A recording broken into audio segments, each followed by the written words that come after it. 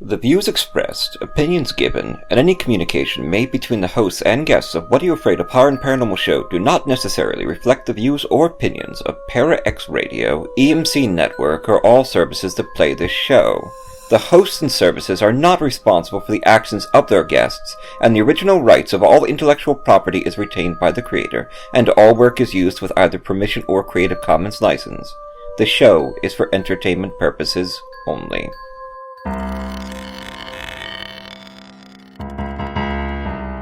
I'm horror author T. Fox Dunham. And I'm horror author and filmmaker Phil Thomas. And tonight we're asking you, what are you afraid of?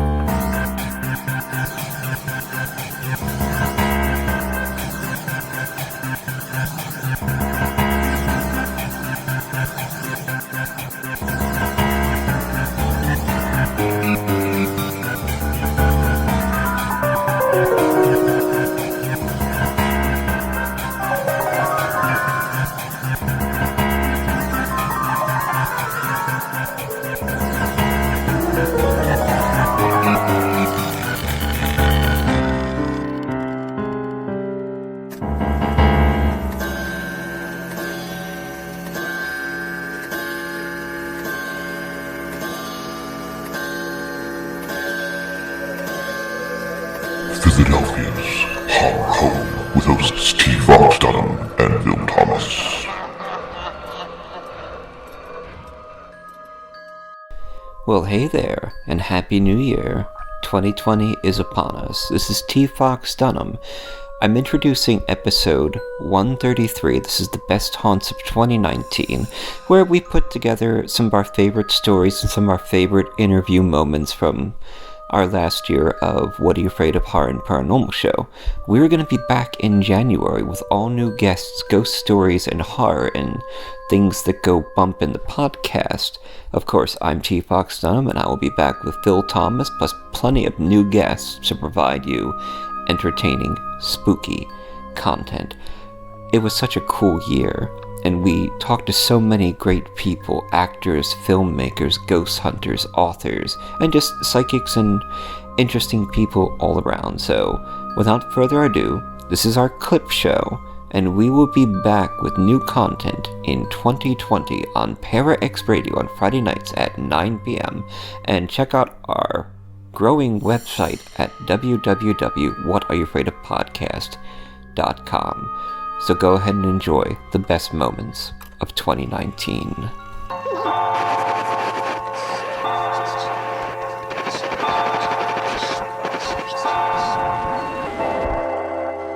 This is horror author T. Fox Dunham, and we're continuing our countdown to Halloween on What Are You Afraid of Horror and Paranormal Show, Halloween 2019. The candy is on the shelves, and we've gone all out this year. So, we've recorded other years from notoriously haunted sites like Penhurst Asylum. So this year, Phil and I inherited a strange antique store from a shared uncle we never knew we had. Strange that we had the same uncle and didn't know it. It is. Why, yes, it very much is, Phil. But when our Uncle Freitag died, he left us the store. It's a creepy place full of atmosphere and all sorts of spooky things. So we thought, hey, let's record the show in the store. And this store is actually called, and you'll see it in Philly, Creepy Old Stuff. We should probably change the name of the store. Creepy Old Stuff sounds like the name of a store where cursed objects are sold that require human sacrifice to grant power onto normal people who don't understand the forces they are dealing with and end up destroying themselves and everyone they love. Or we have to chase down the objects and put them in a vault while battling Satan. That is terrible marketing. Doesn't really flow well. How about Sunny Sondries? Well, we can talk about it later. Oh look, here's a photo of Uncle Freitag. Dear Uncle Freitag, why is he wearing that strange black robe with the pentagram on the back? I think he was in an a cappella group. There are those other singers in the band who are chanting, see? Singing in the rain, I bet. The young woman on the stone table is like a super fan. Look at the mischief sweet old Uncle Freitag got up to. Well, how about I go make coffee while we get ready to do the show? Sounds great, old chum. Oh, use those charming coffee mugs I found in the glass case by the playing cards with the photos of the serial killers. They're really lovely cups stained dark red. And you don't need to brew coffee. They just refill themselves with the best hot coffee whenever you're thirsty. Oh yeah? Gee, look at that. Fresh brewed coffee. Yum. I had the strangest experience. It feels like this coffee drank my soul when I drank it. Yeah, it does that. It's really good coffee, though. I love that chicory. Had it in New Orleans. I wonder if it'll brew a cappuccino for me. Let's see. There's no foam. Evil demonic relic of Satan! No foam on a cappuccino! You sold your soul to an evil and heartless cup of coffee just to have a bad cappuccino. I know. I could have gone to Starbucks and done the same thing. At least I would have gotten foam. So we need to set up our microphones here. Oh, Zowie! I found this awesome old microphone in a box below in what seemed to be some kind of vault. I wonder if this place was a bank once. Tonight's episode is episode 126, Friday the 13th, the series. The episode about the incredible syndicated horror series, which featured a group of friends who hunt down cursed objects. We love that show.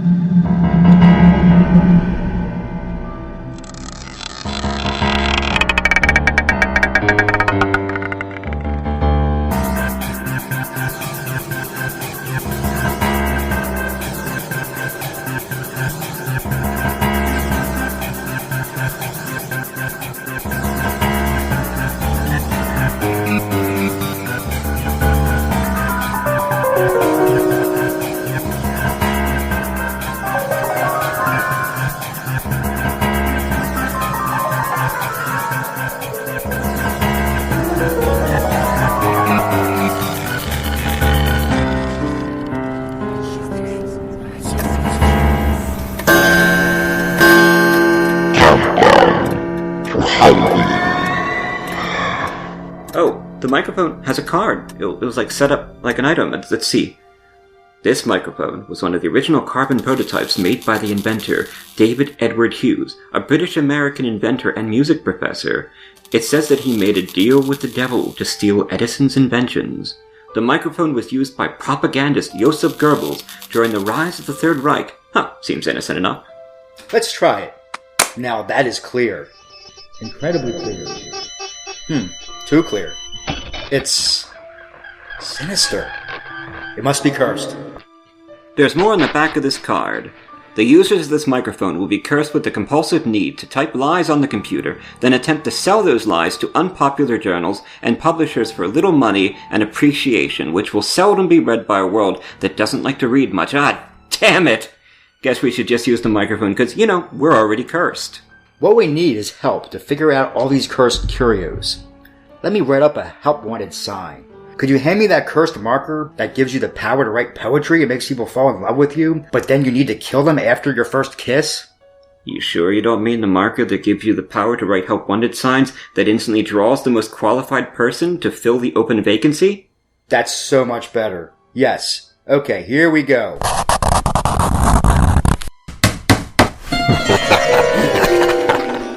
Signs up. There's someone at the door. Why, Lizzie Borden's axe that gave her parents 50 whacks. It's Steve Monarch, who played Johnny Ventura on 2 seasons of Friday the 13th, the series. Hey, Phil. Hey, Fox. Shop looks pretty good. I see you found the cursed microphone. Glad I dodged that bullet. What Are You Afraid Of? Horror and Paranormal Show is an eclectic audio magazine created by the authors T. Fox, Dunham, and Phil Thomas that explores everything dark, strange, paranormal, and creative through ghost stories, fiction, conversation, music, humor, and interviews with authors, filmmakers, crafters, historians, and paranormal investigators. We also create a series of author events. We are both published authors, interested in a variety of topics, exploring the darkness through produced segments of the subject of horror, the paranormal, the art of writing, and noir, anything dark. Topics better enjoyed at night. We do the show to promote our published work, and we support other artists and authors with the show. We entertain to reach out to new readers. Fox and I record the show in the city of Philadelphia, and we are often on location in haunted sites and artist events. Listen to over 120 episodes on Para X Radio on Friday nights at 9 p.m. Eastern Standard Time. You can also find the show on most major podcast services, including iTunes, Spotify, Google Play, Stitcher, and many more. Or you can check out our expanded content, Ghost Story Archives, links, interviews, and articles on our website at www.whatayouafraidofpodcast.com. Email your true paranormal experiences to whatareyouafraidof117@gmail.com to be produced into narrated segments by our voice actors, or contact us through the website at www.whatayouafraidofpodcast.com, where you can find guidelines about our ghost story submissions. We don't judge. Our mission is to tell a good story. What are you afraid of? Horror and Paranormal Show. Because it's more fun to play in the dark. Your source for everything paranormal. Para-X. Episodes. Halloween at the Beach, live from the... Where are we at again? The Marquis de Lafayette Hotel. My oxygen's a little... The Marquis de Lafayette. We've been talking constantly. We've had people come back and forth. Yeah. Hanging out with us. And of course, we've been in town. Allison and I have been in town for 2 days. Collecting ghost stories. You did some tonight. I did. Just some amazing stuff. There's Rachel. Okay, so she told us this great story. Now, Congress Hall goes back 200 years in its various evolutions. It's a wonderful hotel and a series of shops. Now, this was the first story we got with Rachel. Now, okay, this is what she said. She said, okay, there was a bouncer who worked at Congress Hall. It was his first night. Mm-hmm. He went outside to smoke a cigarette or something like that. He had his phone out, which is what you do when you go outside with a cigarette in your phone. Yeah, it was like kind of quiet for him. Mm-hmm. One of his first couple nights, he was just like not doing much of anything. And he looks down, like it was around Halloween time. Mm-hmm. You know, you expect a lot of costumes and whatnot around town. And he looks down the street, and there's like this guy walking down, kind of like in his general direction. Kind of looks like he's wearing a Victorian age costume. Okay. He's like, didn't really think much of it. He's like looking down at his phone, kind of just fumbling around. And he looks back up, and the guy's right there next to him. Like, boom. Like he was down like 20, 30 feet. Wearing this Victorian outfit, like frock coat, had a little cane and everything. And so he looks at, there's a gentleman in a frock coat or whatever. Great, it's Halloween time. Yeah. Looks down at his phone, looks up a second later. The guy was right in his face. Whoa.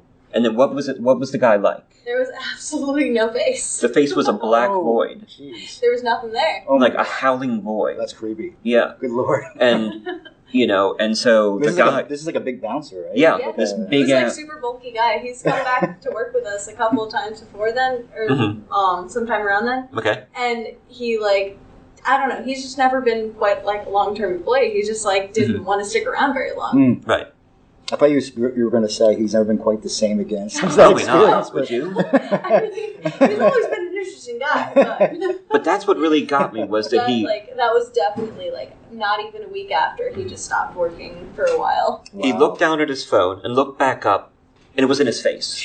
Without a face. It reminds me like this jump scare horror movies. Jump scare horror movies.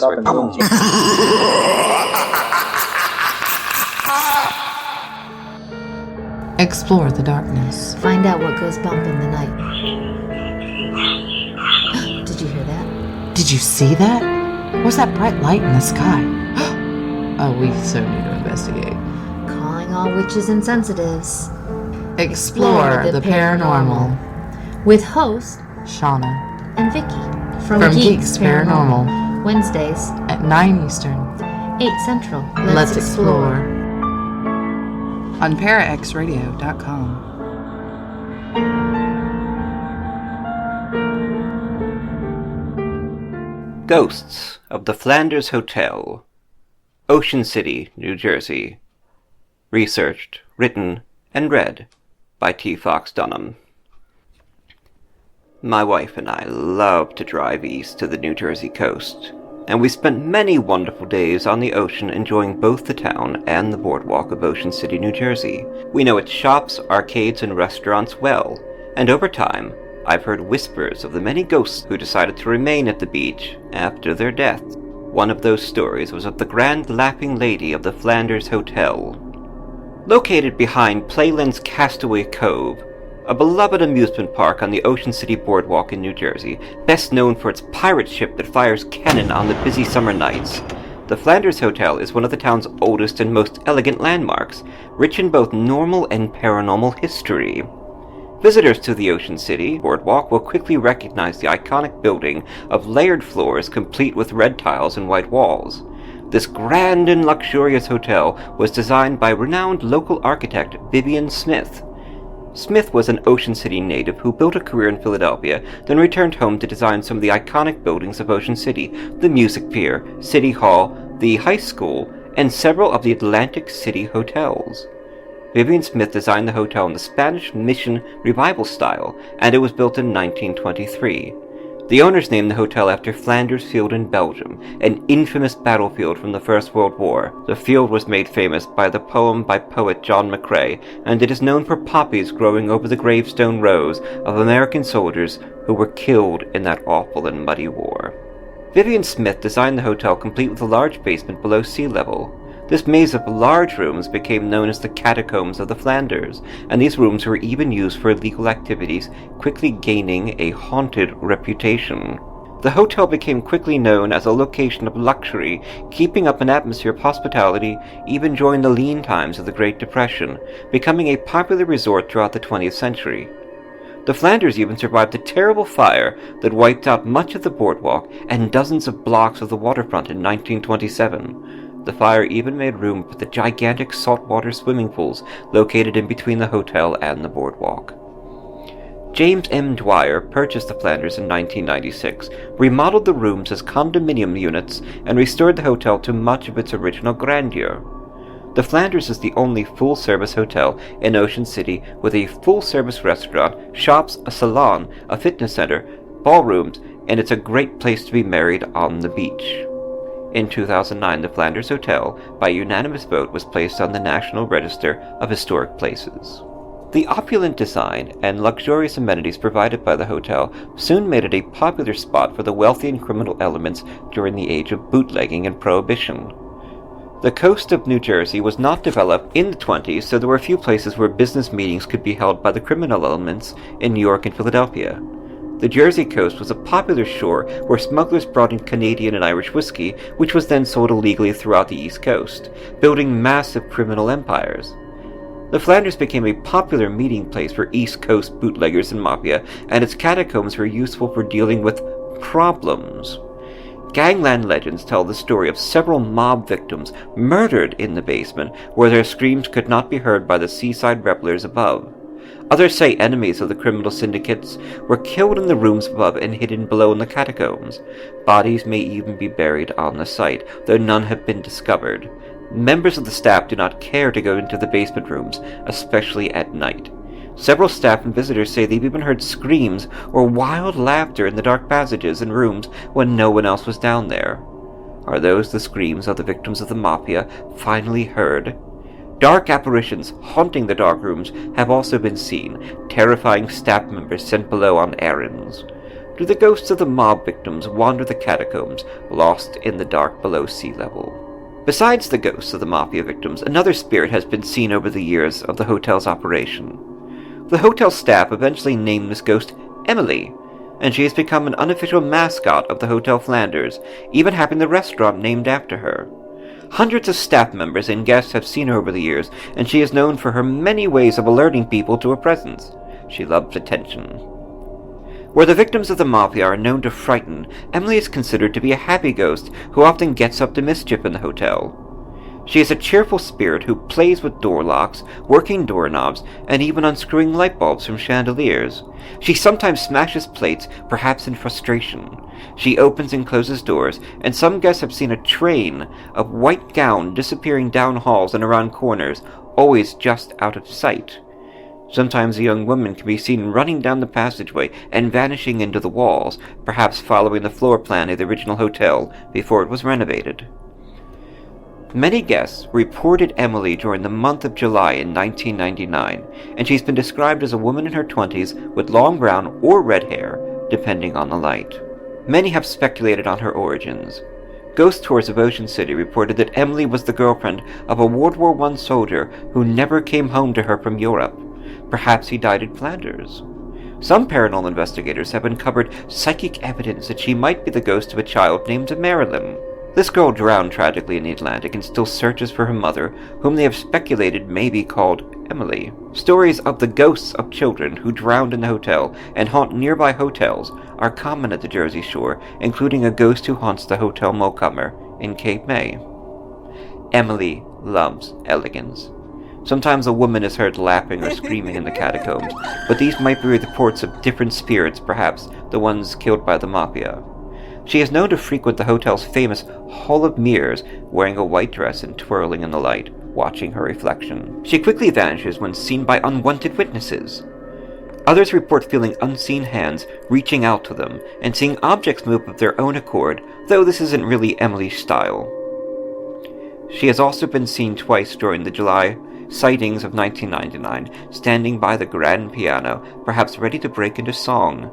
Then she quickly vanishes, shy to sing. She's even been known to crash weddings. A photographer caught the image of a phantom lady bearing her description as she fades into mist. The artist Tony Troy decided to honor her presence and ghost story with a posthumous portrait based on the many descriptions provided by guests and staff. He depicts her standing by a piano in a long white dress.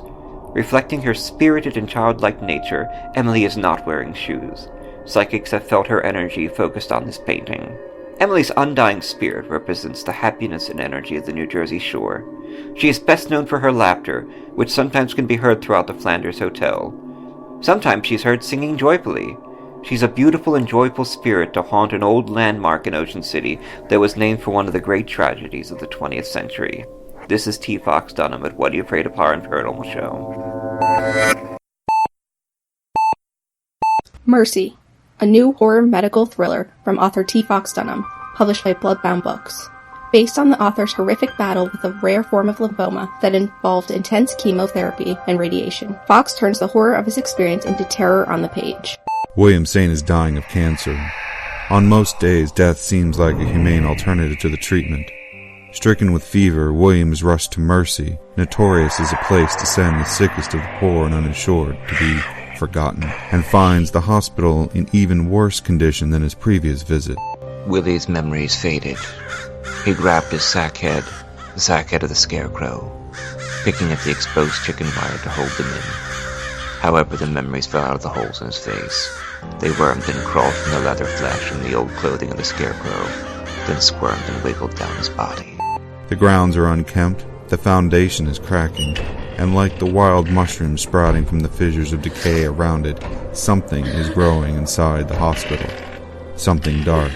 Fangoria gives Mercy 3.5 out of 4 skulls. Dunham has channeled his many brushes with the other side into the exquisitely rendered, lyrical, supernatural hospital thriller Mercy.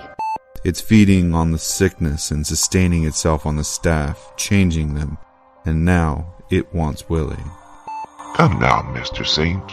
Just a little more of that sweet milk. So salty and so good. You won't miss it. And we ever do so like our delicacies here at Mercy Hospital. Part medical horror, part supernatural suspense, Mercy is a hard-hitting fever dream of a novel. I enjoyed the hell out of it. Tim Wagner, author of The Way of All Flesh and Eat the Night. Available from Amazon, Barnes & Noble, and bookstores everywhere in both print and digital versions. Life is an addiction. Let go. Let it all burn. We're getting closer to Halloween. Yeah, it's right upon us. I'm T. Fox Dunham. And I'm Phil Thomas. And this is episode 130, The Haunting of Heather Taddy. Heather's been doing this a very long time. Yes. So, was there a paranormal experience that actually terrified you, and could you tell us about it? Ooh, I would say an experience that terrified me. On Paranormal State, I believe it's season 3, we had an episode. It was titled Church of the Damned, and it took place in a church in Topeka, Kansas. There were 3 caretakers that were living in this church to do renovations because the church had been abandoned for a really long time, and they were trying to make it into a community center and get it back to being a functional church. And the activity was so bad in this church that they had to halt renovations. Especially they noticed activity increased when they had the boiler taken out. Okay. So we had found out that a former preacher, had killed a little girl in the boiler room, and then he hanged himself on the 3rd floor. And the clients, they heard a lot of footsteps on the third floor. They heard children. They always had that feeling that they weren't alone. And like I said, the church had been abandoned for 10 years. So homeless people had lived in there, and there were rumors of occult activity. And I believe in the episode we talked to some people that were involved in something that happened in there. But overall, the basement area and the downstairs bathrooms and the gymnasium were really, they just had a really negative energy. And the one caretaker, that he wouldn't even go down there ever. Like, for any reason, he refused to go down there. So while we were there, we did some investigating, and keep in mind, this is in the middle of winter, and a lot of there was no heat in this church except for the one room that the caretakers had lived in. So we were freezing. Right. I feel like I remember it was like the coldest I'd ever been in my whole entire life, because a lot of the windows were bashed out. But Ryan and I were doing dead time, and we were going down into this basement area, into the bathrooms, where it was one of the most active areas. And I remember I had my camera, and I was filming this cabinet because there was writing on it. And I think the writing just said something like property of Chapel Hill Church or something like that. But Ryan was standing in the bathroom, or the doorways to one of the showers. And as I was reading this, I was filming, I was panning my camera across these cabinets. And all of a sudden, out of the corner of my eye, I see something with force grab Ryan from behind and pull him back. Wow. And he had his camera filming, so we had the footage from this happening. And it just looked like it literally looked like something grabbed his jacket and pulled him back, and he fell. He fell back. And it was really intense, because obviously there was nothing behind him that could have done that. It was such a small area. The way that I saw him being pushed back, it was terrifying. Yeah. And his reaction, I mean, he was silent for the next 20 minutes. He wouldn't talk to anybody. I can imagine. Wow. Yeah, I don't think I would either. Yeah. Yeah. Did he explain to you, did he ever explain to you exactly what he experienced when that happened? He explained it to us a little bit, and you'll see that in the episode, but he kind of didn't really go into great detail. But he was really adamant about finishing the investigation. And I remember Chip being like, no, don't finish it. We need to figure out what just happened. Right. But it was intense, man, being in that room. And I mean, I was right there. I saw it. Yeah. It was crazy. That's incredible. That was kind of scary then. Yeah. It's spooky. Yeah, I would be, if that happened to me, I'd be traumatized. Yeah. Yeah. Well, I don't know. I'm sure Heather has grown some calluses. I'm that sure. Sort of thing, I'm sure, yeah. But it's amazing. I talked to seasoned paranormal investigators who have been doing it for 30 years, and stuff still scares them. Oh, yeah. There's, like you were saying, primal reaction. We have a fight or flight response. Right. A lot of people say it doesn't believe. A lot of people defend against it by pretending it doesn't exist. Right. And I get that. Yeah. I mean, like I always say, we're not paranormal investigators. No, we're not. We're parajournalists. Right. We focus on the story. We're both authors. You're a filmmaker. Right. We're here supporting our careers and helping a lot of other indie authors and filmmakers out there. And of course, we get to tell fun ghost stories along the way. It does seem that there is some sort of primal response, and if we have an evolved response to these things, that means that nature has been seeing them for millions of years. If it hadn't, we'd have no feelings whatsoever towards this. We've evolved towards ghosts. Yes, we have. And eventually, that's a very good point. Yeah, because we respond to them, we recognize them, we feel them, and there's a collective history and oral tradition from generation to generation warning about these things. We've evolved to fear spiders. I mean, exactly. You got it. Yeah. So the evolution of ghost stories. I don't know why I don't like spiders. I have no idea why. Because they'll poison you. I know that I don't. Yeah. Even if they're not poisonous. Well, I don't like trucks. They'll run you over. Yeah. You see that? Yeah. But this is What Are You Afraid of? Horror and Paranormal Show on ParaX Radio on Friday nights. This is episode 130, The Haunting of Heather Taddy, and we are counting down to Halloween 2019. Really excited. The Ghosts of New Orleans. Story 1. St. Louis One Cemetery. Researched, written, and narrated by T. Fox Dunham. Cemeteries are typical places where one can find a wealth of paranormal folklore, and there are few that can match the character and history of St. Louis One, located in the alluring city of New Orleans. In mid-June, my wife and I had the good fortune to spend 5 days in the Big Easy. We tasted delicious, heavy local Cajun and Creole cuisine, toured the historic locations, and of course, searched for ghost stories. It didn't take long to find several. St. Louis Cemetery No. 1 is the oldest extant grave site in the city.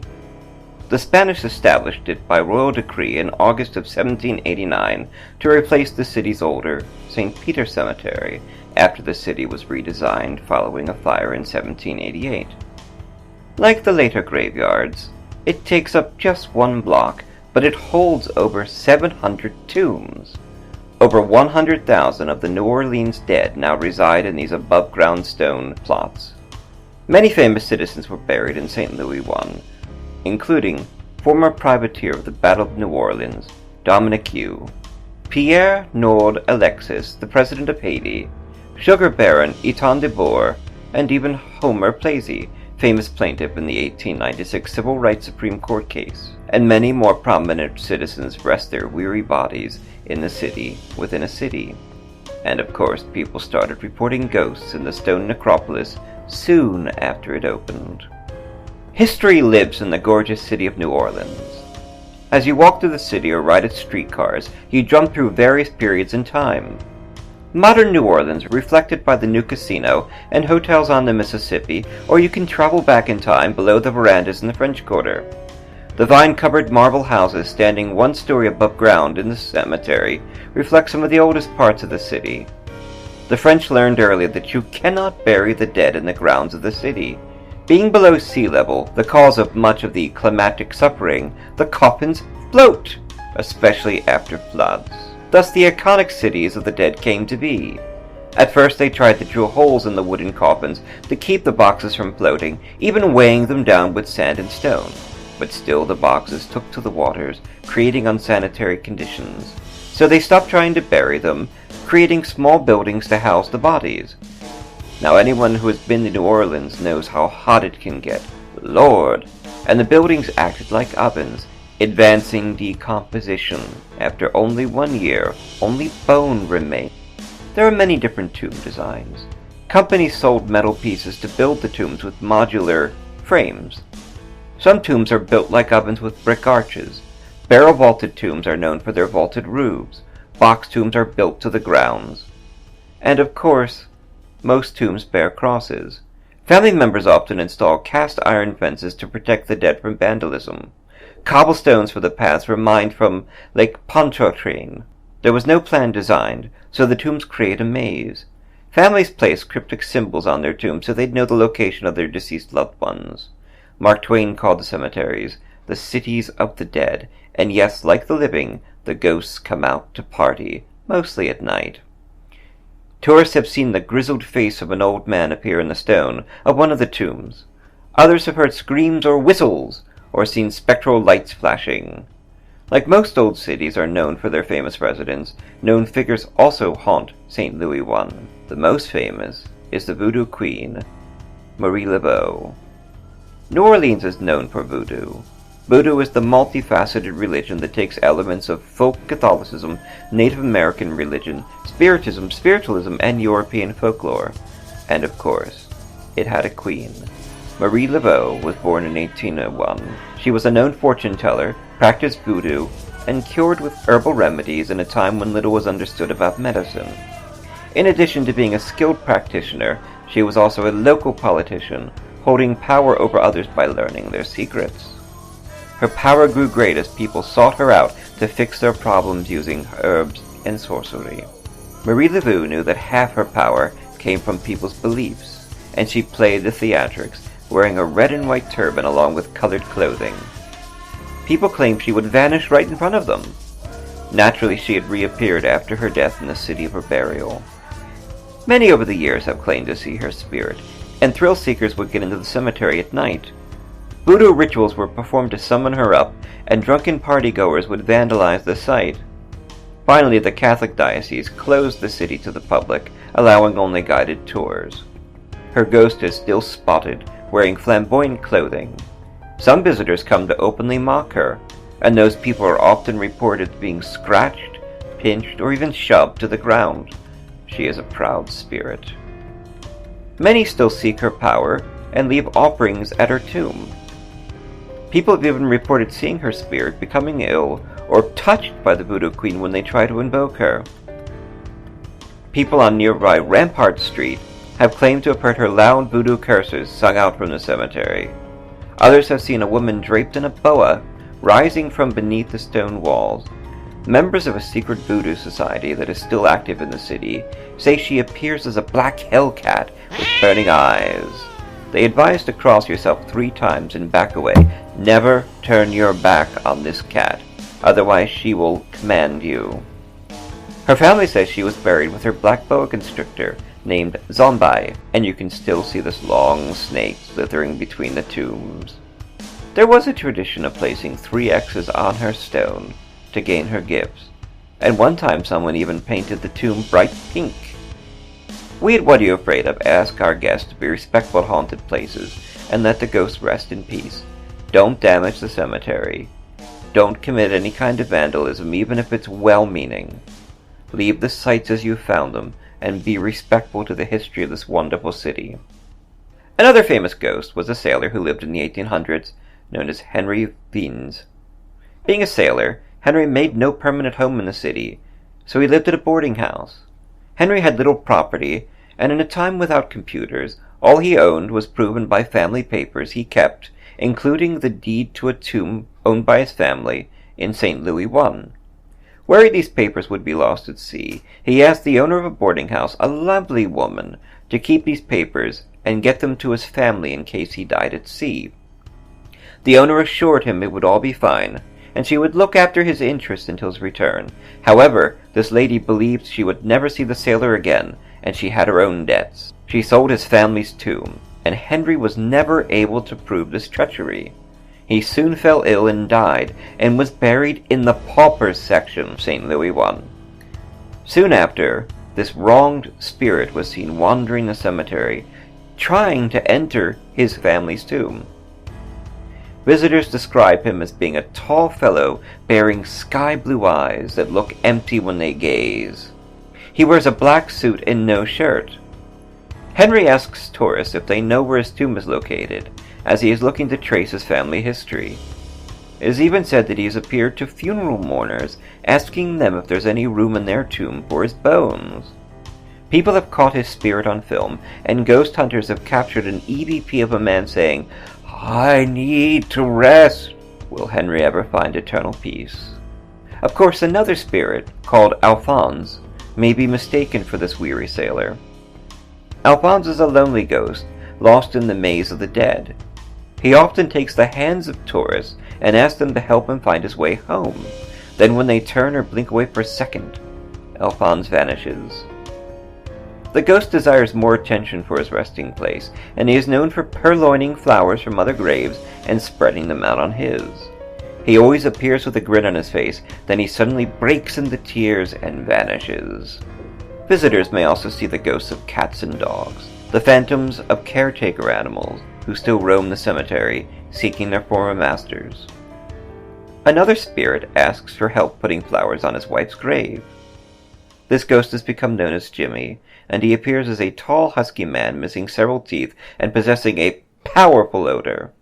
He is often drunk, even in the afterlife, and he asks for rides home or to carry children on his shoulder. I guess they don't have Uber in the afterlife.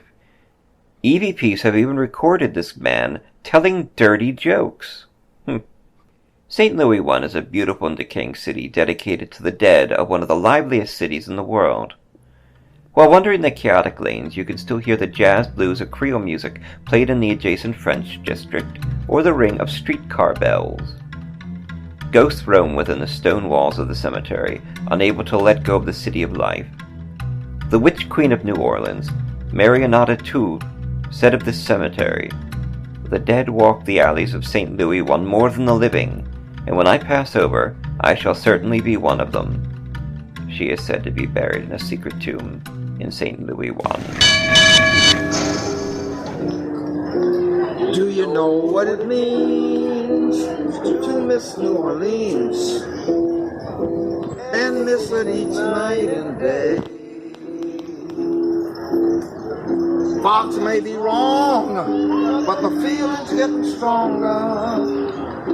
The longer fox stays away from New Orleans, miss the moss-covered vines, the tall sugar pines, where mockingbirds used to sing. Fox would like to see that lazy Mississippi hurrying on down to spring. Oh, the moonlight on the bayou, a Cajun tune that filled the air. Fox dreams of magnolias in June. Soon he's wishing he was right here. I do. Do you know what it means to miss New Orleans? 'Cause that's where Fox left his heart. Rat! Where are you going? I'm going back to the Paranormal View, back where I belong. Please, take me with you. No, I'm through with everything here. I want to see if there's something left in life I haven't explored. Do you know what I'm talking about? Oh, Rat, don't run to them. They talk about ghosts and hauntings, UFOs, and all kind of supernatural scary stuff. You'll never understand, will you, Scarlet? No! Well, that's your misfortune. Rat, if you go, where shall I go? What shall I do? Frankly, my dear...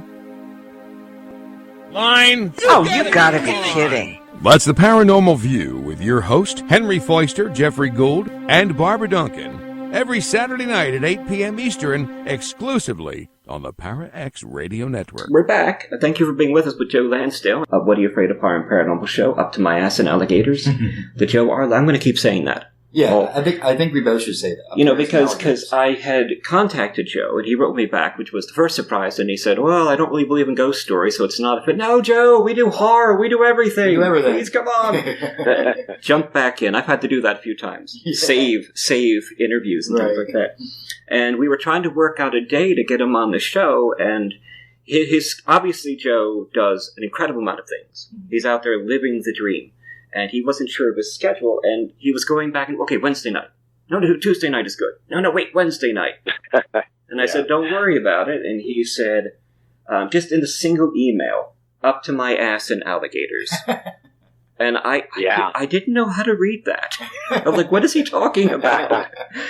Well, that's kind of an old Texas slang for being so busy. It's like I'm fighting a bunch of alligators, you know. I've got one thing here and one thing there.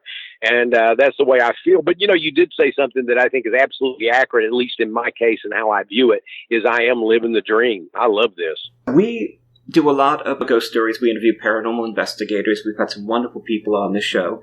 But we also, as authors ourselves, that's why we started this, was to promote our work in a way where we weren't just bugging people's Facebooks, buy my book. Right. We wanted to provide something entertaining. We talk to a lot of authors, and we help them with advice and talking to very established people with wisdom and such. Could you tell us something about your writing process? Where do your ideas come from, and how do you start to develop them into your amazing work? Well, for me, ideas are like a dime a dozen. I got ideas all the time. One of the things for me isn't so much ideas, it's learning which ideas are meant for me. Just because it's a good idea doesn't mean it's one I should do. And that's one thing. And then the other thing is that if I have an idea, I don't plot it out. I don't figure. I just say, oh, that's an interesting idea. And my mind will find an opening almost immediately if it's really driving me. And usually I have one that I'm working on at that time. So my subconscious works on these things. It must do all of that. But for me, I'm not conscious of it. And then I just start writing. And the next day I get up and I take up where I left off. And so it's always just there for me. That doesn't mean it's not, hard from time to time, but it does mean I don't feel like I have to work to find ideas. I have to work to throw ideas out, because if you have too many ideas, and most of mine generate from my own life, or from my own experiences, or from my reading and things like that. But if ideas shouldn't have the stink of the library on them all the time.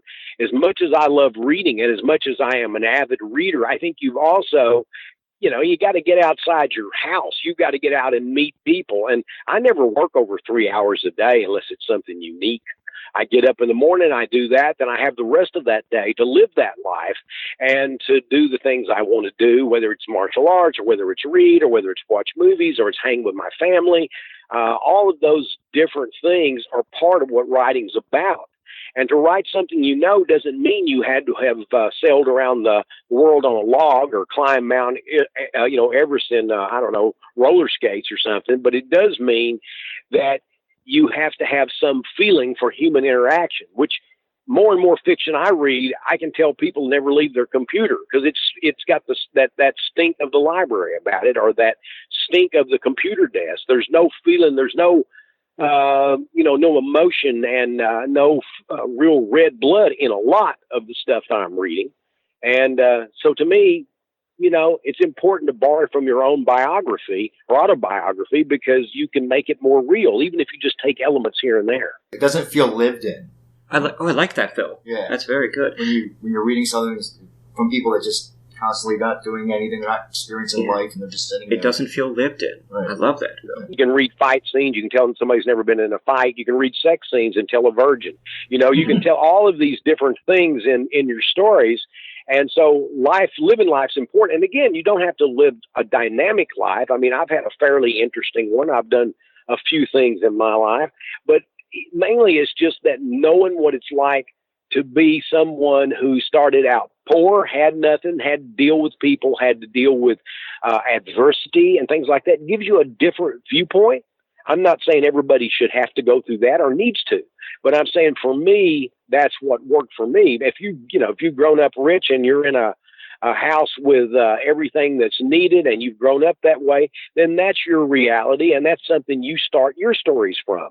It doesn't mean you can't get outside that from time to time, and I've done that too, but I think most of the stuff that I've written that has any worth to it somehow has a seed in my own experience. It's funny, he said, too, the ideas that are right for him. And something I've had to do as I've matured as an author was I used to think my first ideas for a short story or for an anthology I was going to submit to were the best, and I would just run with them. And now I've learned that even if it's a good idea, it may not be what I need. Mm-hmm. Right.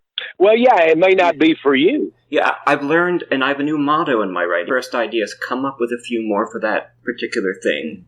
And then pick one that feels right. Absolutely. That's perfect. Well, yeah, not all eclairs taste the same. They may look good, but you have to find the one that tastes right for you. There are ideas that I have had that I said, that idea right there, that is an incredible idea. It would make a marvelous novel, probably even a best-selling novel, but I'm not the guy to write it because that's not, how I think as a writer. I can recognize a good story. I can recognize a good idea, but it's not for me. My friend Neil Barrett Jr., who's gone now, but he was a great writer. A lot of people don't know him and should. But he and I once joked. He said, the thing about wrong with you and me, Joe, is that we think. And I laughed because I knew what he meant. We don't write global stories. We write neighborhood stories, or we write stories with that take place in our part of the country or our community, that sort of stuff. We don't tend to do things that take place on the space station, and we don't tend to do, James Bond global adventures. And is there anything wrong with it? Of course not. There's times when I wish I could do that, but again, that goes back to recognizing that certain ideas may be good, but they aren't necessarily ideas that are good for you. I like that. Fantastic. Yeah. The Dead Microphone. Experienced and written by T. Fox Dunham at the Marquis de Lafayette Hotel in Cape May, New Jersey, in October 2019. Read by David Walton. Often in stories told to us by paranormal investigators, we hear about strange battery issues, power being drained from batteries and devices such as cameras and recorders. Investigators talk about having all sorts of electrical issues, and of course in many stories we hear about flickering lights, dying bulbs, and mobile phones dying just after being charged. Well, while recording the Halloween episode of What Are You Afraid Of? Horror and Paranormal show at Marquis de Lafayette Hotel in Cape May, New Jersey, we experienced one such illogical power drain. We spent the first hour setting up, and of course there were several bugs that had to be worked out as we calibrated our sound levels and prepared to do the show on location in haunted Cape May. Phil and I both have H1 self-powered microphones, though he has an advanced model with far more bells and whistles. I'd forgotten, not having done this in a year, that while hooked up to the soundboard, the microphones needed to be powered by batteries. I discovered my microphone dead, and of course I worried about having no microphones for the show. Fortunately, Phil had gotten fresh batteries for his microphone and had a few extra in his bag. I felt relieved, and we moved forward setting up the software to broadcast a video and audio signal. The show progressed as I planned, and we were going to do one last dialogue segment before closing the show at the 2-hour mark. Fortunately, I worried enough to keep checking the sound quality on the LEDs on the board and through the software. Several minutes into our dialogue, I noticed that the mic lights or indicator no longer lit up. I realised that the microphones were failing to transmit. I paused the show and diagnosed the problem. It felt bizarre to me that both microphones had failed at the same time, so I thought it was a problem with the board. However, I could find nothing wrong. It had to be the batteries in the microphones, though they were recently built new. According to the sound file, both microphones had died at the same time.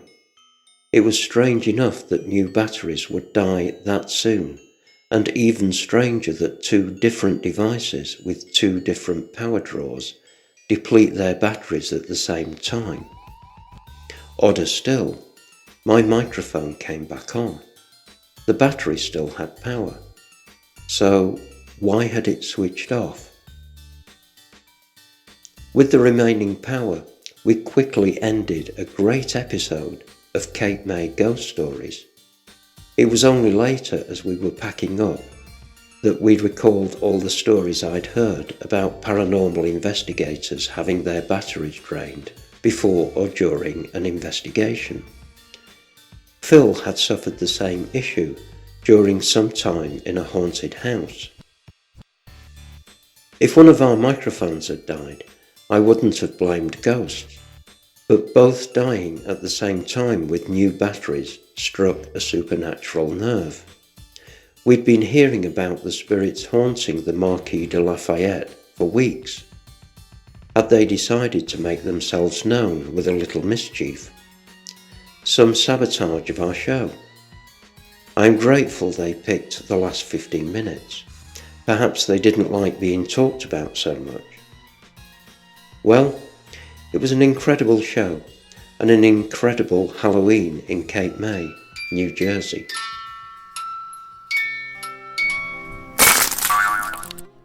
Well, here we are again. I thought that perhaps the nightmare was over, but no. I am summoned once again and can only obey. I am in thrall of Fox and unable to resist his powers, his hypnotic powers, masquerading as charm and friendship, his transatlantic, perhaps global powers. And so, every Sunday morning I sit in front of a microphone and read. Every Sunday afternoon I edit the audio file I have been commanded to create. Every Sunday evening I press send on an email to Philadelphia with an MP3 attached and tremble as I await the verdict of my master. I changed my name from David Walton to Brendan Shawland, and created music which I liberally sprinkled throughout the internet in websites including SoundCloud and Bandcamp in a pathetic attempt to throw him off the scent. Those hopeless breadcrumbs are still available if you care to listen, so that you will know what not to do when your time comes. That's right, it didn't work. He tracked me down, and I am once again his creature. If you are listening to this, you are in grave danger, and I can only urge you to flee. Flee! Before it is too late, before you find that you too are a voice actor on whatareyouafraidof.com.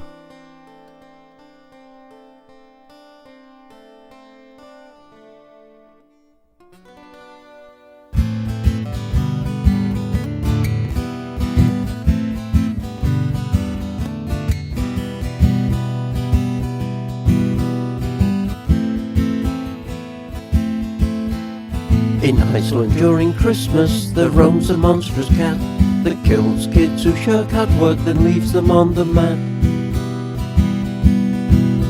Off you Krampus, go and sing, don't forget bells nickel too, but when you close on Christmas Day, or you like the during will devour you. The Yule cat is huge and vicious, the house pet of Grilla and Trolls. Woe how it clothes kids without new clothes, and purrs when it chews on their bones and souls. Of your Krampus, go and sing, don't forget bells nickel too, but when you close on Christmas Day, or you like the jury will devour you. Sparta Pete is a racist image, and poor kids get no gifts from Santa Claus. But let me opine that worse is a feline that slaughters lazy kids with its claws. Of you Krampus, go and sing, don't forget bells nickel too, but when you close on Christmas Day,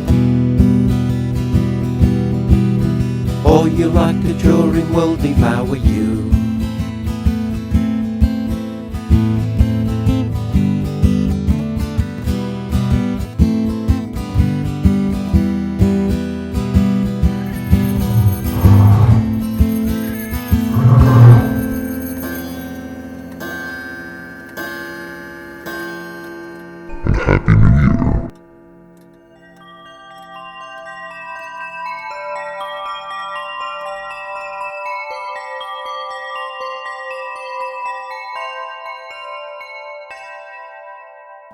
T. Fox Dunham lives in Philadelphia with his wife Allison.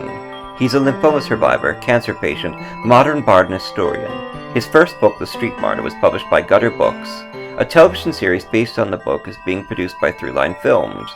Destroying the Tangible Illusion of Reality or Searching for Andy Kaufman, a book about what it's like to be dying of cancer, was released from Perpetual Motion Machine Publishing, and Fox has a story in the Stargate anthology Points of Origin from MGM and Fandemonium Books.